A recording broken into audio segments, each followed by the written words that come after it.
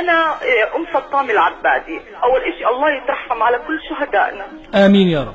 أنا حابة أطمن كل أم شهيد وكل أردني وأردنية إني أقسم بالله العظيم وأشهد الله وملائكته وكتبه ورسله على المنام اللي رأيته قبل أحداث الكرك في يومين إن الرسول صلى الله عليه وسلم في نار. صلوا على النبي. اللهم صل على سيدنا محمد. اللهم صل على سيدنا محمد. وهاي احذروها يا أهل كل الأردن يا أردنيات، إن الفتنة سيطفيها رسولنا معنا صلى الله عليه وسلم.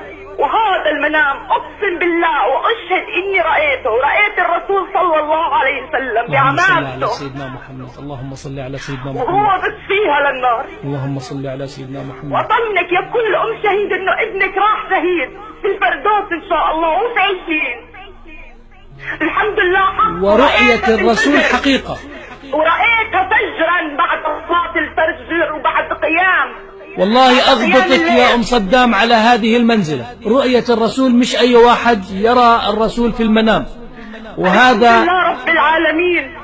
هذه رأيتها وأشهد الله وملائكته وكتبه ورسله وحملة عرشه يا الله أنه إني رأيت هذا المنام وشفته، وإنه إن شاء الله بحمى نبينا محمد صلى الله عليه وسلم وبحمى الله حامي الأردن. اللهم يا الله وحد شملنا. أم سطام شمل كل من أتى إلى الأردن. آمين آمين يا رب. أم سطام طمنينا، النار انطفت؟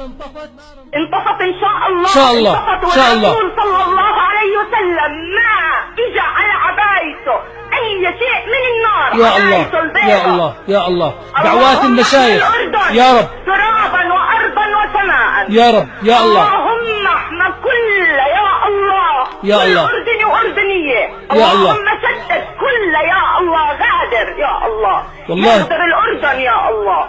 اللهم شتت شملهم وفرق جمعهم يا الله. آمين آمين يا رب. وأنت نعم الوكيل بهم يا الله. يا الله. وإن شاء الله رح تنطفي هذه النار إن شاء الله. وما حد رح ينول من أردننا.